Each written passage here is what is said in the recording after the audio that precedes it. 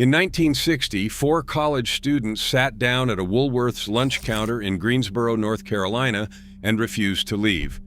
That counter changed America, and you will hear the whole story before this video is over. But most people forget what Woolworth's was first. It was where millions of Americans ate lunch on a swivel stool between shopping trips. Number 19 was mixed by hand, right in front of you, and tasted like nothing in a can today. Number 8 was so cheap, a working man ate it 3 times a week. These 25 foods fed a country, then vanished the moment the lunch counters went dark. The last American Woolworth's closed its doors in 1997, and it took these recipes with it. Hit that subscribe button and let us count down the 25 forgotten Woolworth's lunch counter foods nobody serves anymore. Number 25, the liverwurst sandwich. Before America decided organ meat was something to be ashamed of, the liverwurst sandwich was a lunch counter standard you could order at any Woolworth's in the country. A waitress would take a roll of soft Braunschweiger, slice it thick, and lay it on white bread with a smear of yellow mustard and a thin slice of raw onion. That was the whole thing. The liverwurst was rich and faintly metallic, spreadable almost like pâté, and it cost about 15 cents in the early 1950s. For a man working a shift downtown, it was protein, fat, and salt in one cheap package that held him to supper. The sandwich showed up in every 5 and dime from Buffalo to Birmingham because the meat was cheap, kept well behind the glass case, and required no cooking. It disappeared not because anyone decided it tasted bad, but because a generation grew up associating liver with hard times and turned their backs on it. Today you cannot order liverwurst at a single national chain in America. The taste left with the lunch counters that served it. Number 24, the Spanish hot dog. This was not a chili dog the way we know it now. The Spanish hot dog was a Woolworth's invention born from a need to stretch a nickel's worth of meat across a whole bun. A steamed frankfurter went into a soft roll, then got buried under a spiced tomato and ground beef sauce, raw onion, and a line of mustard. The sauce was thin, sweet, and faintly smoky, with just enough cumin to earn the name. 2 of them made a full lunch for under a quarter in 1955. Kids saved their allowance for them. The lunch counter cook kept a pot of that sauce simmering all day on the back of the flat top, ladling it over dogs as fast as the orders came in. The smell of it drifted across the toy aisle and the candy counter and pulled shoppers toward the stools. When the lunch counters vanished, so did the sauce, and nobody ever wrote the recipe down because every cook made it slightly different and nobody thought it would matter. Number 23, the pimento cheese sandwich. In the South especially, the pimento cheese sandwich was the cheapest hot lunch a Woolworth's could put in front of you. Sharp cheddar was grated, folded with mayonnaise and chopped pimentos until it turned a soft orange, then spread thick between 2 slices of white bread and pressed on the griddle until the outside crisped and the inside went molten. Some counters served it cold, but the grilled version was the one people drove across town for. A sandwich cost about 20 cents and came with a pickle spear on the side. The pimentos gave it a sweet, almost tangy edge that cut through the richness of the cheese. Southern grandmothers made their own version at home for years, but the lunch counter pimento cheese had a specific creaminess that came from being made in 5-pound batches every morning. Today, pimento cheese is sold in tubs at the grocery store for $4 and marketed as a Southern delicacy. At Woolworth's, it was just Tuesday. Number 22, the toasted tuna salad sandwich. Tuna salad was everywhere in mid-century America, but the Woolworth's toasted version was something a little better than what your mother packed in your lunchbox.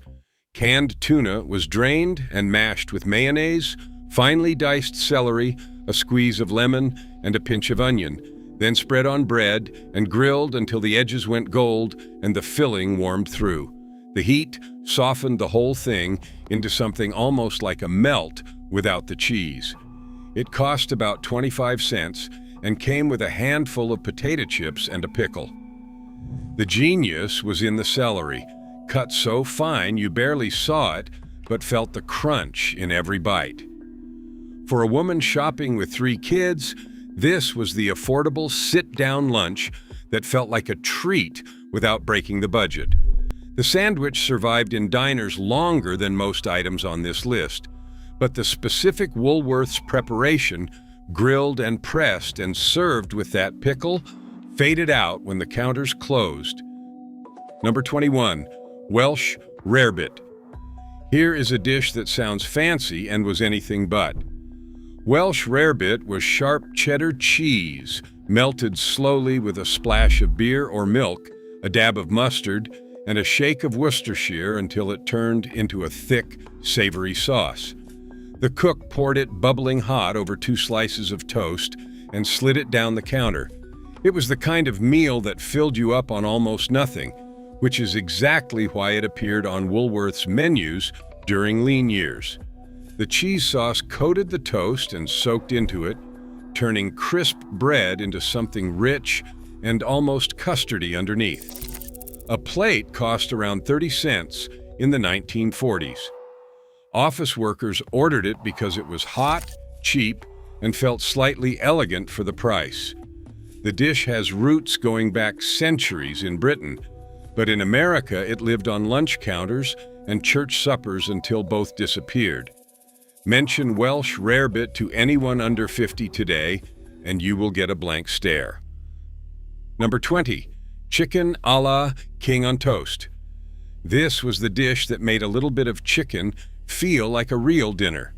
Diced cooked chicken was folded into a cream sauce studded with mushrooms, pimentos, and peas, then ladled over toast points or a split biscuit.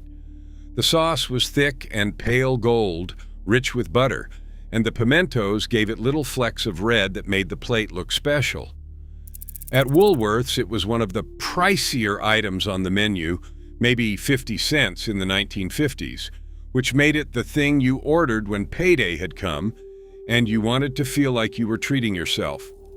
The chicken was usually the trimmings from whatever the kitchen had roasted, nothing wasted, but folded into that sauce. It tasted like abundance.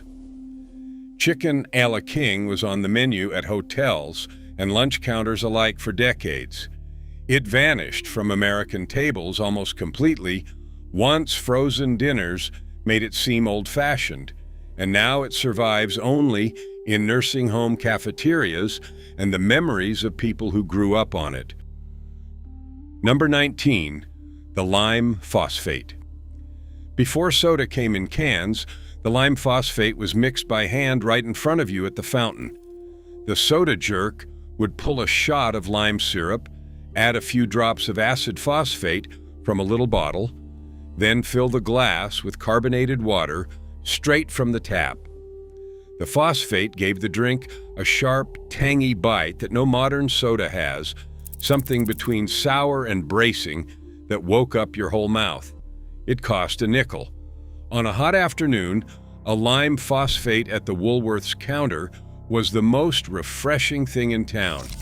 The drink was a fixture of American soda fountains from the 1870s straight through the 1950s, and the acid phosphate was what separated a real fountain drink from the sweet stuff in a bottle.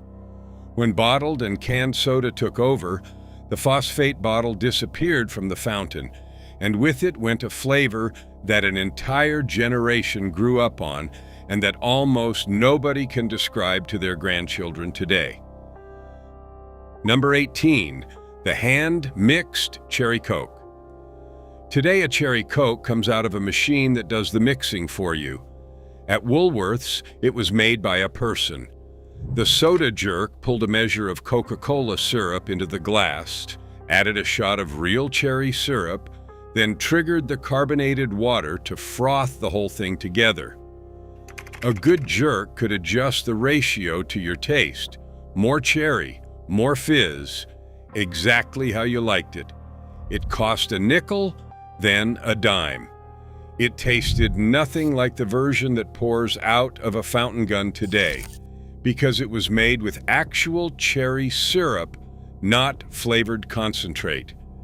Kids would spin on the stools waiting for it, watching the jerk work the taps like a performance. The hand-mixed Coke was the social center of the American small town, the place teenagers met after school and old men nursed a glass for an hour. The machine replaced the person, and the ritual died with the job. First pattern break. Here is where the story gets bigger than the food.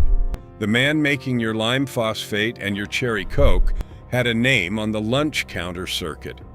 He was called a soda jerk, named for the jerking motion he used to work the soda taps, and in the 1920s and 30s, it was one of the most desirable jobs a young man could land. A good soda jerk was part bartender, part showman, part short-order cook. He had his own language. Burn one meant a chocolate malt. Adam and Eve on a raft meant 2 poached eggs on toast. 86 meant they were out of something, a phrase that survives in every American restaurant kitchen to this day, even though almost no one knows it came from the lunch counter. These men could mix 40 drinks from memory, keep a counter of 20 people fed, and never write down an order. The job vanished when the machines arrived. We kept the slang and threw away the craftsman. Number 17, the egg cream. The cruelest joke in American food history is that an egg cream contains no egg and no cream. It is a New York fountain drink made from cold milk, a thick squirt of chocolate syrup, and seltzer sprayed hard off the tap to whip up a foamy white head on top. The Woolworth's counters in the Northeast served it by the thousands. Done right, the foam was an inch thick, and the drink underneath was cold, chocolatey, and impossibly refreshing. It cost a nickel. The trick was all in the seltzer pressure and the order you added things, and every jerk swore his method was the only correct one. The egg cream was the drink of immigrant neighborhoods in Brooklyn and the Bronx, the thing kids bought with the change they found in the couch. It needs a real seltzer tap and real chocolate syrup to work, which is why it could never survive in a world of bottled soda. A handful of old fountains in New York still make it. Everywhere else, it is gone. Number 16, the black cow. A root beer float was good. A black cow was better. The difference was in how Woolworths made it. Instead of just dropping ice cream into root beer, the jerk would put a scoop of vanilla in the glass first, pull root beer syrup over it, then hit it with carbonated water so the whole thing foamed up into a brown, frothy mountain that spilled over the rim. You ate it with a long spoon and drank it with a straw at the same time. It cost about 15 cents. The cold vanilla against the sharp, sweet root beer created a creamy foam. In the middle, that was the whole point, the part you fought to get to. Kids ordered black cows on Saturday afternoons after their parents finished shopping, sitting in a row at the counter with foam on their lips. The drink survived in a few drive-ins and diners, but the Woolworth's version, made with syrup and a fountain tap instead of a bottle, had a specific texture that you cannot get anymore. Number 15, the frosted malted. The malted milkshake was the king of the Woolworth's fountain, and the frosted malted was its crown. The soda jerk would put milk, ice cream, flavored syrup, and a heaping spoonful of malted milk powder into a metal canister, then clamp it onto the green spindle mixer and let it whir until it was thick enough to stand a spoon in. The malt powder was the secret. It gave the shake a deep, toasty, almost nutty flavor that a plain milkshake never had, and a richness that coated your whole mouth. It came in chocolate, vanilla, and strawberry, and it cost about 20 cents, served in the tall glass with the extra in the metal canister on the side, so you got a glass and a half. That metal canister of extra shake was the best part, the bonus that made you feel like you got away with something. The malted milkshake is nearly extinct now. Most places do not even keep malt powder behind the counter anymore, and a whole generation has never tasted what a real malt was supposed to be. Number 14, the hot turkey sandwich. This was the lunch counter's answer to a full Thanksgiving dinner on a working man's budget. 2 slices of white bread were laid flat on the plate, piled with sliced roast turkey, then drowned in a ladle of hot gravy until the whole thing went soft. A scoop of mashed potatoes sat on the side, also under gravy, and sometimes a spoonful of cranberry sauce for color. You ate it with a fork because it was too sloppy for your hands. It cost around 50 cents, and it was the closest thing to a home-cooked Sunday dinner that a person eating alone downtown could get on a Wednesday. The turkey was usually the leftovers from a bird the kitchen had roasted whole. Nothing wasted. The carcass simmered into the gravy. The open-faced hot sandwich, turkey or roast beef, was a diner and lunch counter staple for 50 years.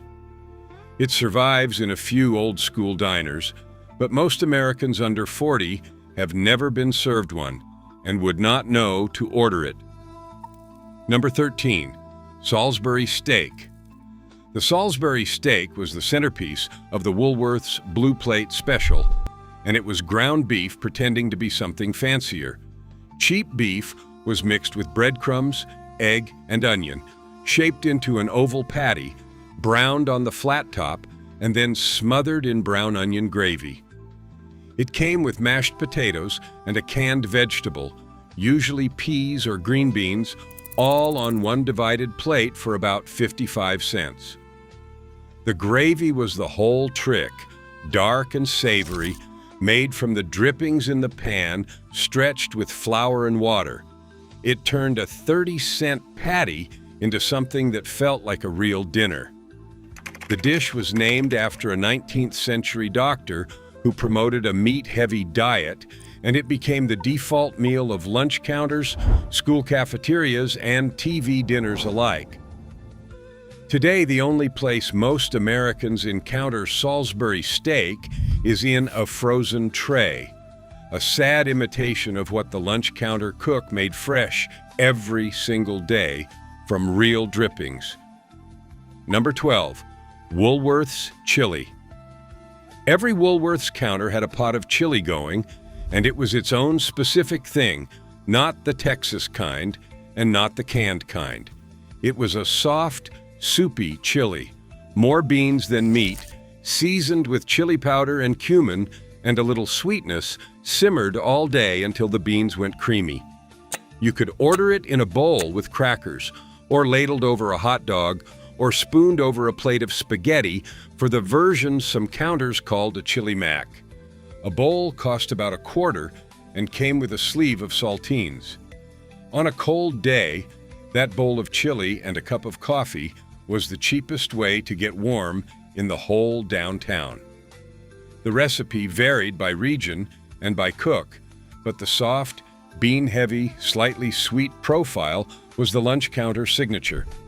When the counters closed, that specific style of chili went with them, replaced by canned versions that taste like tin and thickener.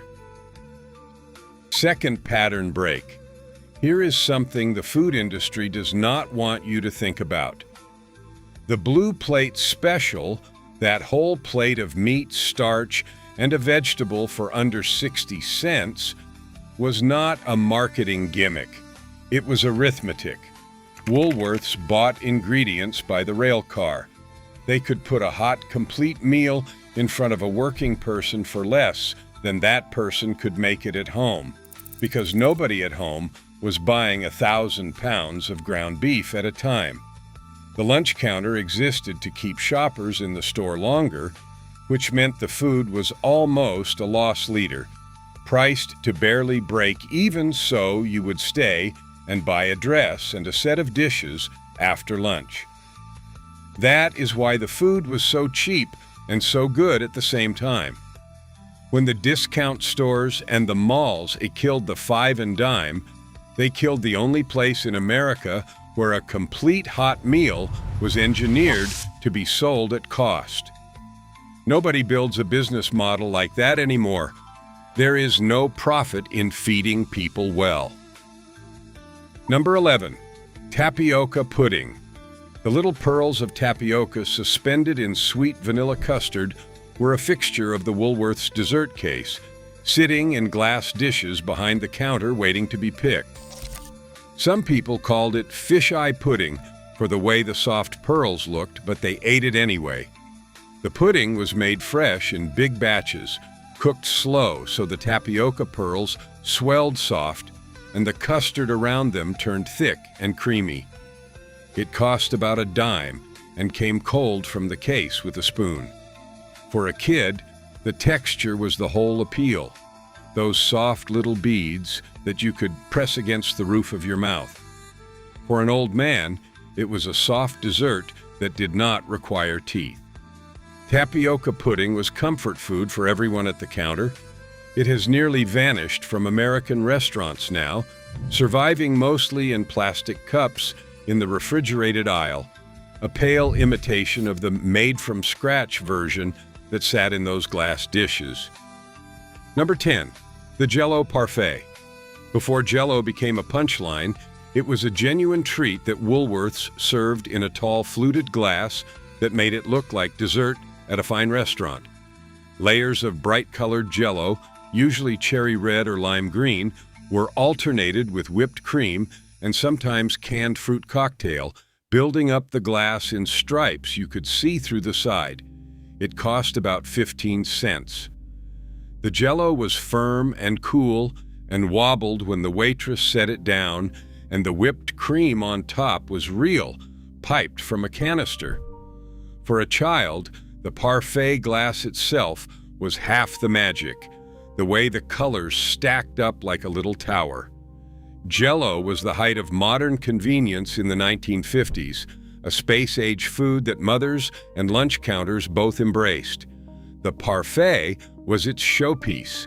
Today, a layered Jell-O parfait in a tall glass is something almost no restaurant in America would think to serve, and the glasses themselves have mostly ended up in antique stores. Number 9, lemon meringue pie. The pie case at Woolworth's was a rotating glass tower, and the lemon meringue was the queen of it. A flaky crust held a layer of bright yellow lemon filling, tart and smooth, topped with a tall cloud of meringue that the kitchen browned until the peaks went gold. A slice cost about 20 cents, a quarter with a cup of coffee. The filling was sharp enough to make you pucker, balanced against the sweet, airy meringue on top, and the contrast was the whole point. The pies were made fresh, sometimes on site, sometimes delivered every morning, and they sat in that rotating case under the lights, tempting every shopper who walked past. A slice of pie and a cup of coffee at the counter was the great American afternoon pause, the 15-minute break that millions of people built into their day. The lunch counter pie case is gone, and with it the everyday ritual of stopping for a slice in the middle of an ordinary afternoon. Number 8, the coconut cream pie. If lemon meringue was the queen, coconut cream was the people's favorite, and at Woolworth's it was so cheap that a working man would order a slice 3 times a week. A graham or pastry crust held a thick vanilla custard packed with shredded coconut, topped with whipped cream, and a shower of toasted coconut flakes. A slice cost about 20 cents. The custard was dense and rich. The coconut gave it chew and texture, and the toasted flakes on top added a little crunch and a nutty depth. It was the dessert you got when you wanted to feel like the day had been worth something. The pies came in fresh every morning, and by the afternoon rush, the coconut cream was usually the first to sell out.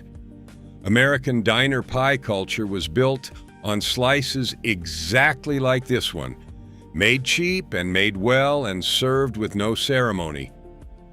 The coconut cream pie survives in a few diners, but the price and the everyday quality of it, the idea that a slice was just part of lunch, vanished with the counters. Third pattern break. Now here is the story I promised you at the start.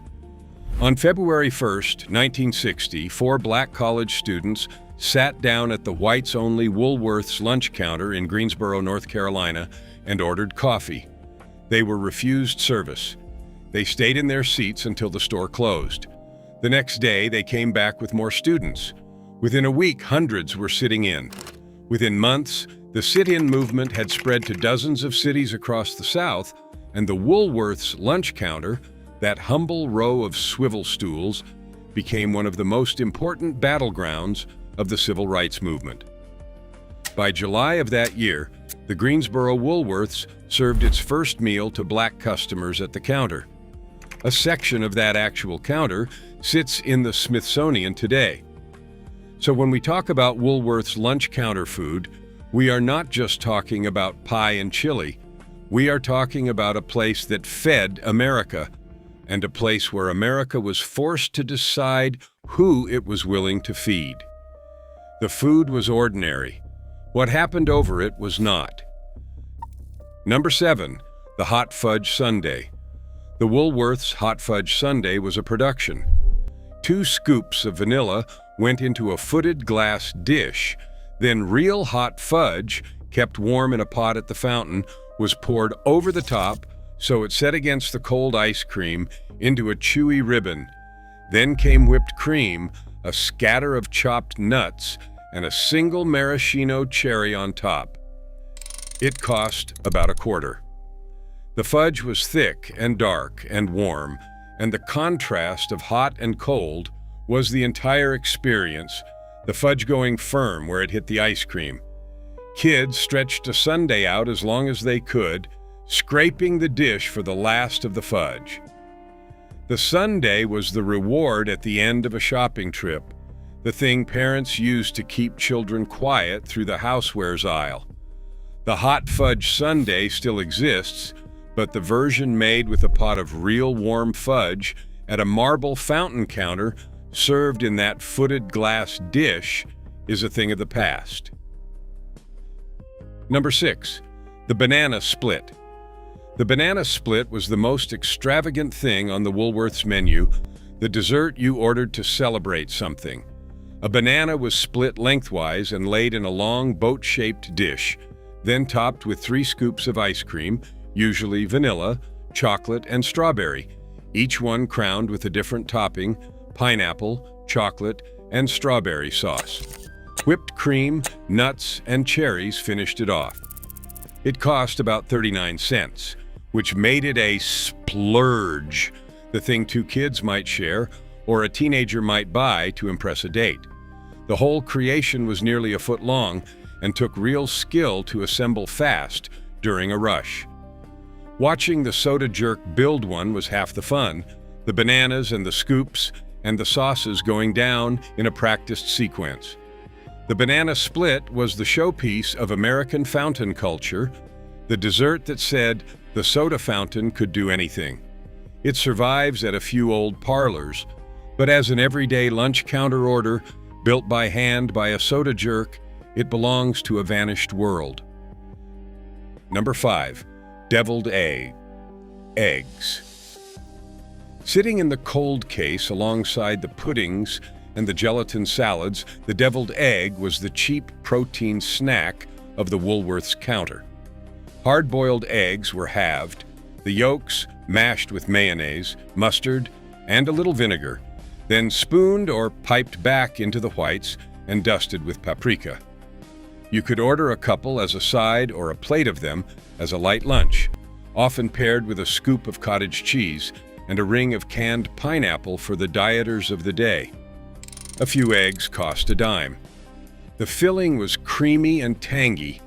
The paprika gave it a little warmth and a lot of color, and they were the kind of food you could eat standing up between errands. Deviled eggs survived at potlucks and holiday tables, but the idea of ordering them at a lunch counter as a quick, cheap bite has completely disappeared. The cold case that held them, full of made-fresh sides under glass, does not exist anymore. Number 4. The club sandwich. The club was the Woolworth's counter's idea of a fancy lunch, the sandwich you ordered when you wanted 3 layers instead of 2. Toasted white bread was stacked with turkey or chicken, bacon, lettuce, tomato, and mayonnaise, then cut into 4 triangles and held together with frilly toothpicks. It came with a pickle and a pile of chips and cost around 40 cents on the higher end of the menu. The double-decker construction made it feel like more food than it was, and the bacon gave it a smoky richness that the plainer sandwiches lacked.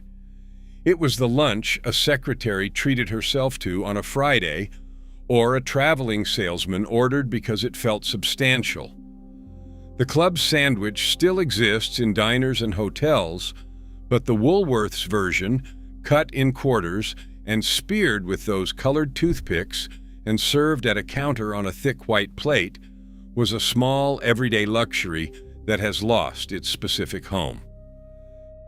Number 3. The grilled cheese and tomato soup. This was the most ordered combination on the entire Woolworth's menu, the meal that crossed every age and every income.